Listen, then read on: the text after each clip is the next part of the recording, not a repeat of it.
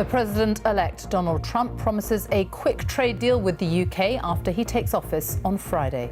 Mr. Trump said the UK was doing great after the vote to leave the EU and was smart for getting out.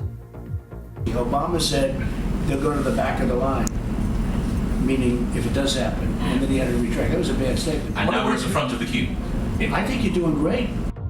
We'll be asking how realistic a quick trade deal will be also this lunchtime. Today, Sinn Féin will not re-nominate for the position of Deputy First Minister. Sinn Féin... Crisis at Stormont. Northern Ireland's power-sharing government looks set to collapse today, sparking fresh elections. The inquests into the deaths of 30 British tourists killed at a beach resort in Tunisia in 2015 opens at the High Court in London. Former football coach Barry Bennell appears in court and pleads not guilty to child sex offences. And the biological father of the teenager snatched from hospital when she was just 8 hours old speaks for the first time about their reunion. Here, more than 200 operations cancelled in a fortnight on the Isle of Wight. Patients are sent to a private unit to clear the backlog, and jobs secured as a surveillance system for the new carriers is announced after long delays.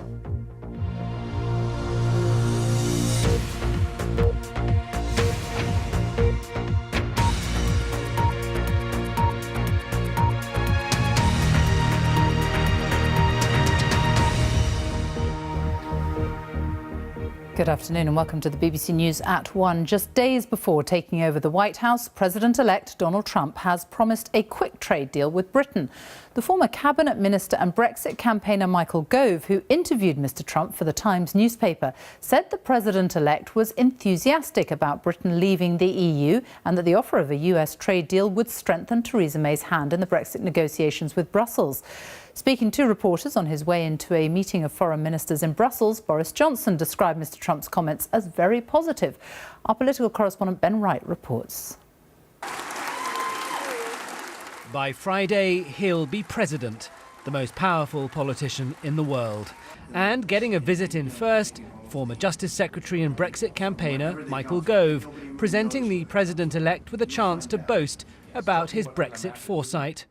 I thought the UK was so smart in getting out. And you were there and you guys wrote it, put it on the front page. Yes. Trump said that Brexit was going to happen. Yes. Right? And it happened. Yes. And that was what it was going to lose easily. You know, everybody thought I was crazy. Obama said they'll go to the back of the line, meaning if it does happen, and then he had to retract. That was a bad statement. And now we're at the front of the queue. I think you're doing great. So perhaps not the front of the trade deal queue, and the UK can only start to negotiate once we've left the EU. But Michael Gove was clearly pleased with his visit to Trump Tower and the president's enthusiasm for Britain and Brexit. It is clearly the case that he has an agenda, a business agenda, which has some potential for Britain to benefit from. This all matters to a British government on the brink of leaving the EU. For now, though, it was business as usual for the Foreign Secretary in Brussels this morning. I think it's very good news that the United States of America wants to do a good free trade deal with us and wants to do it very fast. As the UK plans to go it alone, Theresa May will make a major speech tomorrow setting out the deal she wants from Brexit. But we already have some big clues. The Prime Minister has strongly hinted Britain will leave the single market with its free movement of goods, finance and people. That's because she wants UK control over EU migration and freedom from EU law. We know Theresa May wants to trigger exit negotiations by the end of March, and she thinks negotiations can be done within 2 years. So Britain would be out of the EU by early 2019. But there's so much that we don't know as well. What sort of access to the European Union single market will Britain get? And what conditions will the EU demand? Will Britain be completely free to strike trade deals with other countries? And how long will they take? I think it's a good thing. Obviously, who's going to sort of reject the idea of a new trade deal between the UK and the US, though I don't think it'll remotely match the scale of our trade relationship with the rest of the European Union. Where I think we need to be very careful, both in the United Kingdom and the rest of Europe, is that you now have two major world figures who basically wish Europe ill, who want to see the European Union in effect fall apart. One is Vladimir Putin and the other one is Donald Trump. But Britain needs cheerleaders for Brexit, friends keen to cut deals, and rhetorically at least, the government has one in Trump. Ben Wright, BBC News, Westminster. Well, the European Commission has given its response to those comments. Let's speak to our correspondent in Brussels, Gavin Lee, and what have they had to say? Well, it might be at the front of the queue for the Americans, but it's certainly not something that the European Union are looking at. I was speaking to a commissioner for the European Commission today, a spokeswoman who said categorically there will be no talks for 2 years, because first Britain has to trigger Article 50, and then that divorce process will take time, because there's all sorts of things from the border agreements, from passport systems, all sorts of fishing rights. This takes a long time, with 80,000 pages of legal documentation, and only then 2019 can Britain start to look at a deal with the US. Now, I asked whether this was under any circumstances. I was told categorically there will be no formal talks. It opens the possibility of what can the European Union do, and I don't think it's clear at the moment. There's talk of possible warnings for Britain over this. It's very early, but it certainly pours cold water on any potential early deal. Gavin, thank you. Well, let's speak to our assistant political editor, Norman Smith, who is in Westminster. Mr. Trump made it sound all very doable, but this is putting a bit of a fly in the ointment, isn't it? Well, never mind the objections of the European Commission, Sophie. There are plenty of people at Westminster who are raising a slightly quizzical eyebrow, because will Mr. Trump really be focused on doing a deal with Britain when he's got an awful lot else on his plate? Trade deals also are usually ferociously complex and drag on and on and on, and we don't have a bundle of trade negotiators, and therefore some people fear we are in danger of getting rolled over by the Americans if we plough on into negotiations too quickly. But in a funny sort of way, the boost from Donald Trump's interview is not because of his offer of a trade deal. It's because of the symbolism of the most powerful man in the world, in effect, putting himself in Britain's corner ahead of those crucial negotiations with the rest of the EU, because Britain does not want to go into those talks on bended knee, pleading with the Europeans for a good deal. We want to be able to go in and eyeball all the other 27 countries, which is why we have seen ministers stressing in recent days that, for example, we are the fastest growing economy in the G7. We had the Chancellor issuing a warning at the weekend that if the Europeans get tough with us, then we may cut taxes to become more competitive. We had the Governor of the Bank of England saying, look, don't try and hurt the city, you'll only hurt yourself. And now we have the Donald in our corner. And it matters psychologically in building Britain up, in giving Theresa May a bit of swagger as she goes into the negotiating room, enabling her to get a game face on. Norman Smith in Westminster, thank you. Well, with the uncertainties surrounding the new administration in America and Britain's exit from the European Union, the pound is having a tough time on the markets. Travellers heading to the United States are now getting the lowest rates for nearly 31 years. With me now is our personal finance correspondent, Simon Gompertz. It's uncertainty, but there's also speculation about what the Prime Minister might say tomorrow about Brexit. That's right. There was a bit of a wobble over the weekend in the currency markets, and that's fed through to holidaymakers' rates today. So one of the biggest foreign exchange providers, called Travelex, shops, airports they provide, and a lot of online currency they offer. Their online rate is just over $1.17 to the pound, which is even lower than when the pound had a torrid time in October, the lowest since the Brexit vote in June, and the lowest since the mid-80s when the dollar was riding high. That gives you a measure of what's happening. Now, it's not so strong against the euro. It's the lowest since November, so it's not so marked there. And there are lots of rates on offer on the high street, from the good to the terrible, so people can shop around. But this also gives you an indication of what holidaymakers might face in other regards over the next year, because we've already seen surcharges being imposed on holidays as a result of the currency movements, and people within the travel industry are expecting increases of around 10% in the price of holidays in the coming year. Simon, thank you. Northern Ireland's devolved government looks set to collapse today after Sinn Féin failed to nominate a new Deputy First Minister to replace Martin McGuinness. The Northern Ireland Secretary will now have to call a snap election. It follows the scandal of a failed renewable energy scheme which could cost almost £500 million. The scheme was overseen by Arlene Foster before she became First Minister, and she's resisted calls to step aside for an investigation. This report from our Ireland correspondent Chris Page does contain flash photography. After a week with no functioning government, this is the moment when Northern Ireland's power-sharing executive finally collapsed. Today, Sinn Féin will not renominate for the position of Deputy First Minister. Sinn Féin has honoured all agreements. We have striven to make these institutions work. Sinn Féin's refusal to replace Martin McGuinness as Deputy First Minister means Stormont can't operate any longer. That's because, under the power-sharing system, the First and Deputy First Ministers can't work in isolation from each other. A new election may be called as early as this evening. Northern Ireland does not need, nor does its people want, an election. With the triggering of Article 50 to leave the European Union, a new president in the United States of America, a volatile global economy, now more than ever, Northern Ireland needs stable government. Long-running tensions between the Democratic Unionists and Sinn Féin came to a head over a financial scandal about a green energy scheme. The renewable heat incentive began in 2012. It had overly generous subsidies and initially no upper payment limits.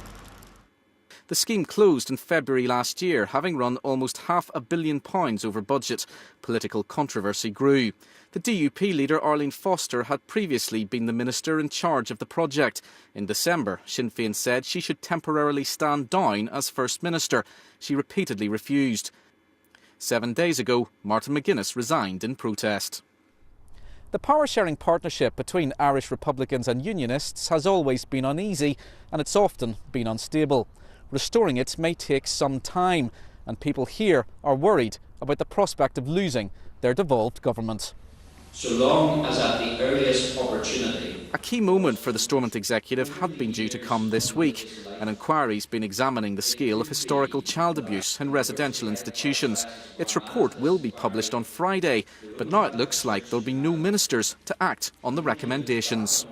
We just didn't want to believe that, as soon as Sir Anthony Hart's report was ready and delivered on Friday, there's the collapse of the government and the collapse of our dreams and hopes and desires that this was not going to be our day. There are many concerns, frustrations and questions as Northern Ireland faces an uncertain political future. After 10 years, the latest Stormont stalemate has brought about the downfall of devolution. Chris Page, BBC News, Stormont. Let's speak to our Ireland political editor, Mark Devonport. So looking very unlikely that this will be resolved by the end of the afternoon. What happens now? Well, really, I think the baton is about to be passed to the Northern Ireland Secretary, James Brokenshire. Now that the politicians in the Assembly behind me haven't been able to nominate a First and Deputy First Minister, it will be up to Mr Brokenshire probably later on today to set a date for a fresh election, probably early March. And in the meantime, the politicians are still sitting at the moment trying to push through new regulations to cut the cost of that controversial heating scheme, but probably they're living on borrowed time at this stage. They'll be dissolved in just a couple of days and then go into election mode, and whether they actually come out of that election mode and are able to form a new government is very much an open question. It looks like it could be an uphill struggle. Mark, thank you. The inquest into the deaths of 30 British tourists who were killed in Tunisia 18 months ago have begun in London. They were shot dead by a lone gunman at a five-star beach resort near Sousse. It was the deadliest terror attack on Britain since the July the 7th bombings in London in 2005.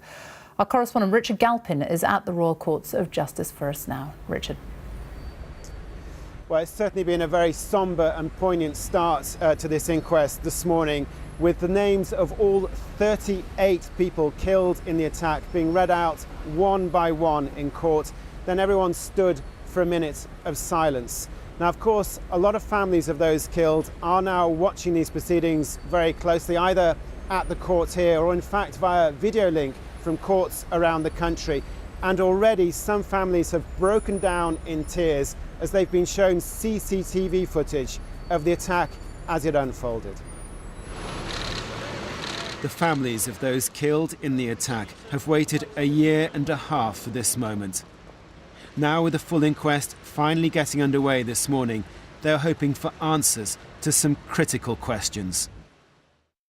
The gunman, Saifuddin Rezgi, a 23-year-old student armed with an automatic rifle and grenades, began his attack on the beach, systematically shooting dead British and other European holidaymakers as they sunbathed and swam.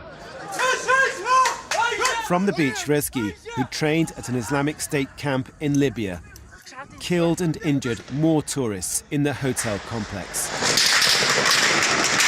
Amid the panic, local shopkeepers managed to save some people by sheltering them inside. The attack continued for more than half an hour until eventually a large group of policemen arrived and shot him dead. It's alleged other police officers who'd been nearby had been too frightened to tackle him, leading to one hotel worker snatching a policeman's gun and trying to shoot Rezgi himself. But the gun jammed and Rezgi threw a grenade at him. And all this just 3 months after jihadists carried out this attack inside one of the country's most famous museums in the capital, Tunis. Once again, tourists were the target. 22 people were killed. And it's alleged the same IS cell was behind both attacks.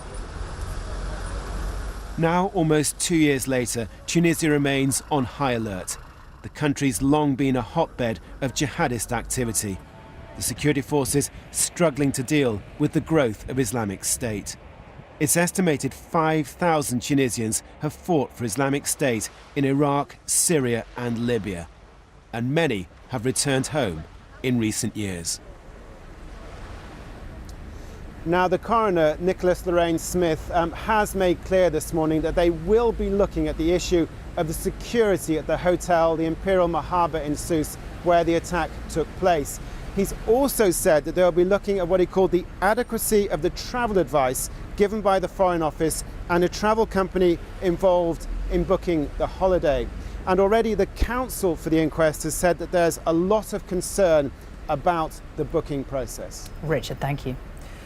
The former football coach Barry Bennell has pleaded not guilty to 8 charges of child sex offences. The former Crewe Alexandra coach appeared via video link at Chester Crown Court. Let's speak to our sports correspondent Andy Swiss, who is there. Andy.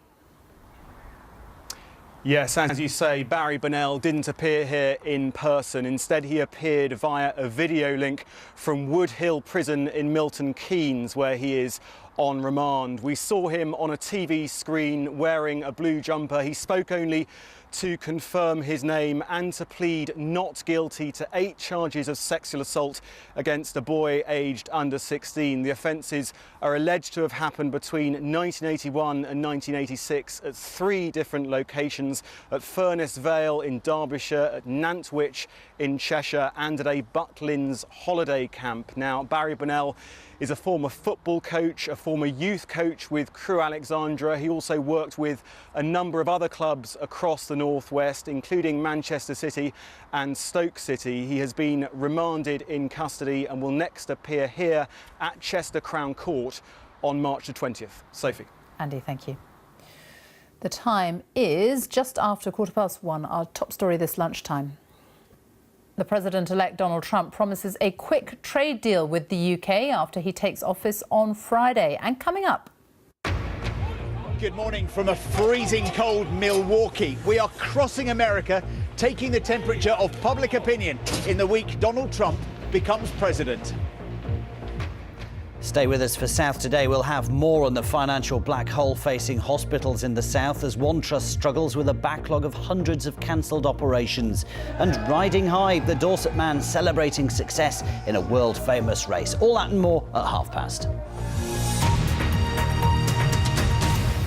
As concerns continue about the state of the NHS, doctors are warning that some patients face dangerous delays getting specialist treatment through their GPs.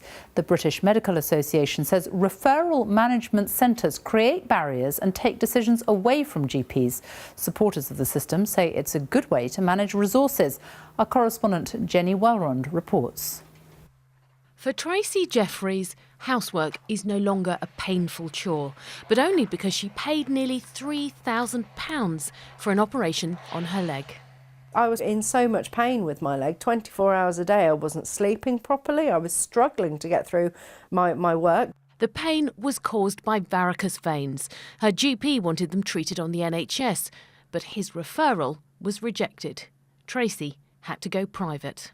If a GP feels that a specialist needs to look at you, then the NHS should be supporting that, and they're not. Tracy's treatment was blocked by something called a referral management centre. Some are run by doctors, others by admin staff. There were over 13.5 million GP referrals in England last year.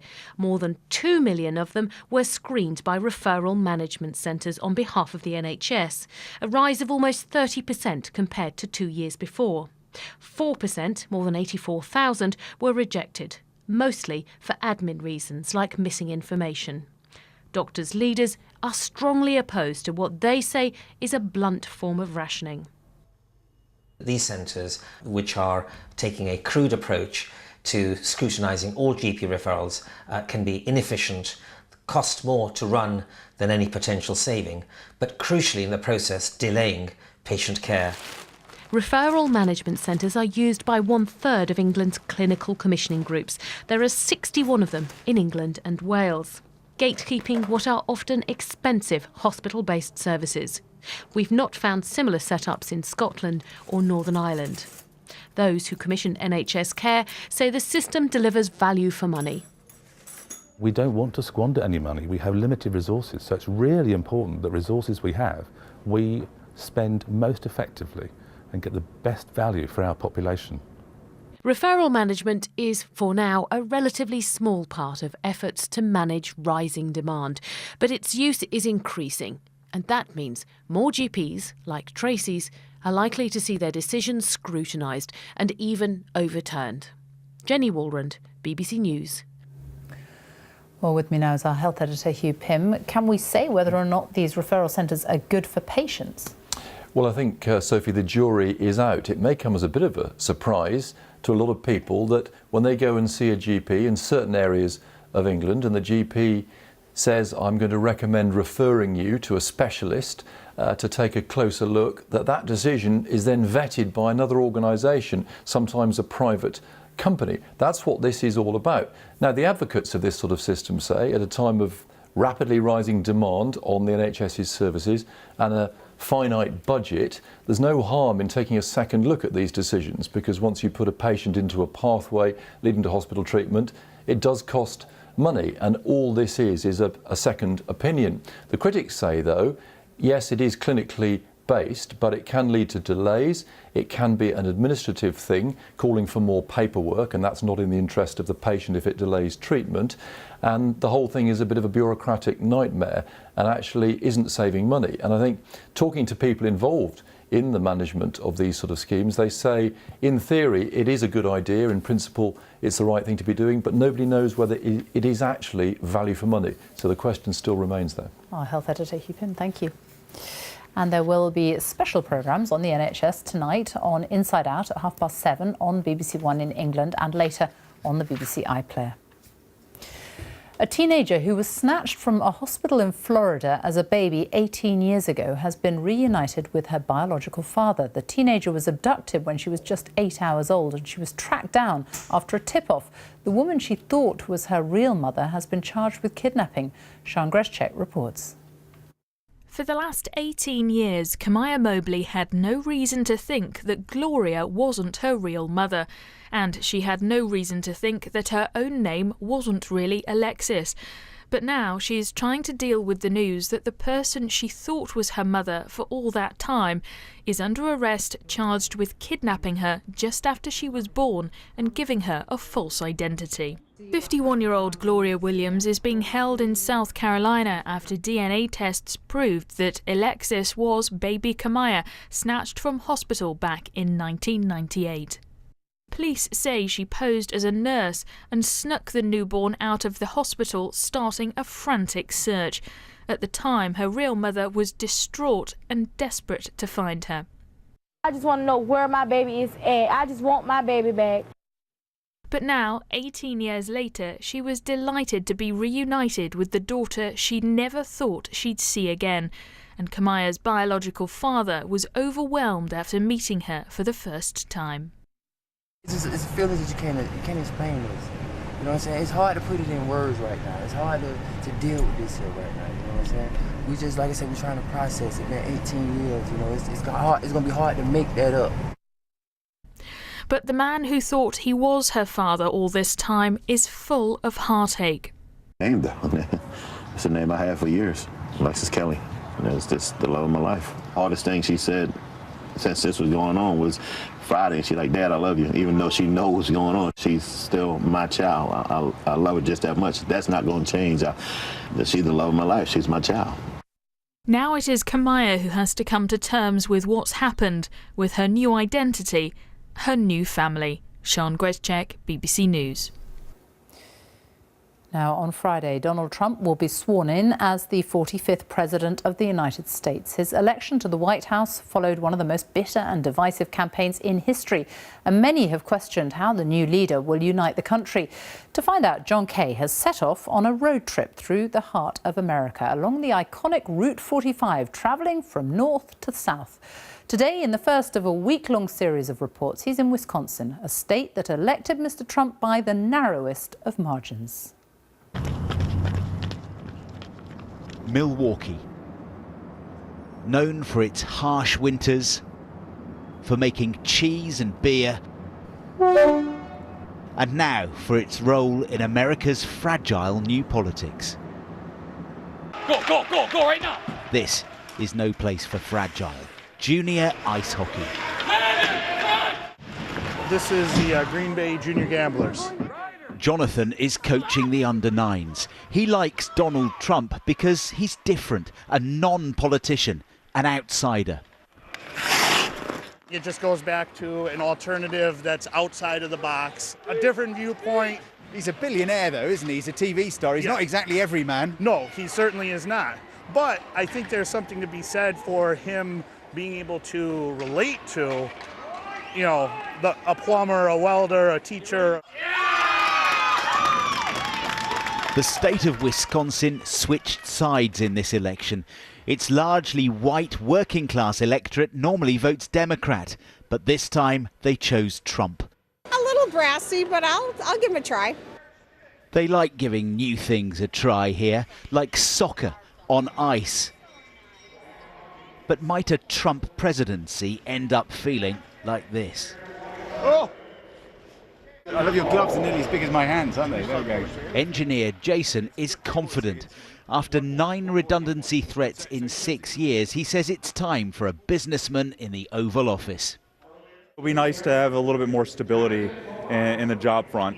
So I'm hoping that from an economic standpoint that Trump reflects giving that stability back to the country. Are you more optimistic for your own family, for your own personal household economy now? Absolutely. Well, let's take about 4 steps. Confidence on the ice is another matter, for me at least. Torvill and Dean. Some of America's top ice athletes practice on this rink. I understand you like to do this thing, but you're stopping to do that. You're not doing that as much, correct? Nancy was an Olympian and is now a coach. It's time to be a little risky. She told me Donald Trump can bring a winner's mindset to the White House. Trump makes a decision, he gets it done. Do you have any reservations about his personality? I mean, the things he said about women, for example? Yeah. I think everybody who is behind him has some reservations because they really don't know the truth behind that, and they're just hoping at this point in his life he has put that behind him. Wisconsin may have voted Trump, but only by 1%. And some here are still struggling with the result.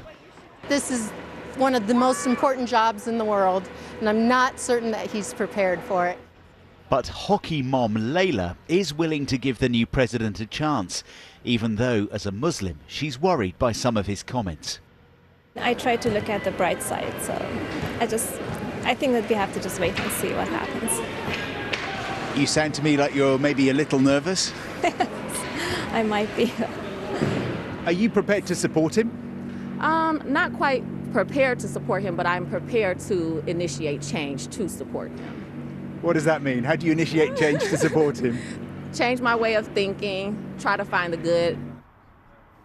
Well, it's time for us to get our skates on. Donald Trump will be the 45th president of America. So we're heading down Route 45, travelling 1,000 miles, hearing from voters. Tomorrow we will be in Chicago to reflect on President Obama's legacy. John Kay, BBC News, Milwaukee in Wisconsin.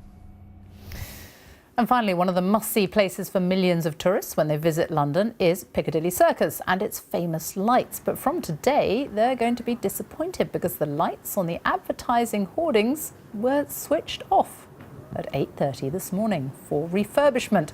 And they're going to stay off until the autumn. That's the longest they'll have been off since the Second World War. The 6 screens currently used for ads are all being replaced by one single giant new screen, but you will have to wait a little while to see it.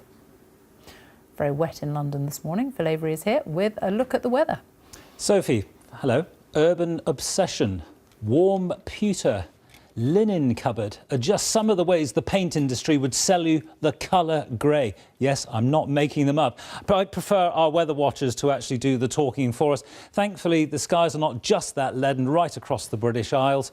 There are 1 or 2 gaps in the cloud, and 1 or 2 folk are doing really quite well on the day. Thank you very much indeed. But you get the sense on the big scale that there's a lot of cloud to be had, and there was enough about it, as Sophie was indicating, that for there to be a little bit of rain around. And we're not quite done with that yet. Let's throw you forward an hour or 2. North of the Great Glen, you've got your own weather front here dangling in from the Atlantic. The eastern side of Scotland, southern Scotland doing quite well with a wee bit of sunshine here.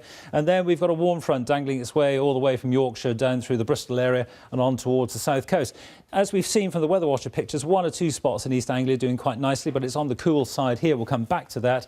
And if you're far enough away to parts of Wales from that weather front, you might see the odd patch of rain, but it's a hope rather than a guarantee. Overnight, the warm front fizzles. The cold front moves in across Scotland, Northern Ireland into northern and western parts of the British Isles, and it helps that blanket of cloud to keep the temperatures up. That is not the case, though, as you come down towards East Anglia and the southeast, where there will be a chilly, nay, frosty start to the day across those areas. And all the while, that front just dangles its way across the border, working its way into the north of England through Wales to the southwest. Leaden skies here, pretty murky fair on the hills. But at least it's mild coming in across Scotland, Northern Ireland. But having had that chilly start, bright skies, yes. But my word, those temperatures really struggle. So that's the first couple of days. On into the middle part of the week. Do things really change? Well, not really. There's still this influx of relatively mild airs from the Atlantic, which will boost the temperatures to double figures in parts of Scotland and Northern Ireland. But, and it is quite a significant but, away into the southeast and parts of East Anglia, it will be on the chilly side, both by night and by day. That could be your daytime maxima. Why the discrepancy in these temperatures? Well, it's because the mild air is flooded in from the Atlantic to some, but not all. That southeastern quarter is tapping in to a really cold continent at the moment. You'll notice even as far south and west as Madrid, never better than -1. And it really makes a difference whether you're on the southern flank of that high pressure with the feed coming in from the continent, or, as we've seen, those relatively milder airs coming into northern and western parts of the British Isles, helping to get those temperatures up. Fairly settled fare thanks to that high pressure. By the latter part of the week, you just begin to sort of even things out a touch. 7 or 8 will do it for most of us, but there's still a lot of cloud, but predominantly dry conditions. Sophie. Phil, thank you. A reminder of our main story this lunchtime. The President-elect Donald Trump promises a quick trade deal with the UK after he takes office on Friday. That's all from the BBC News at 1, so it's goodbye from me on BBC One. We now join the BBC's news teams where you are. Have a good afternoon. Bye-bye.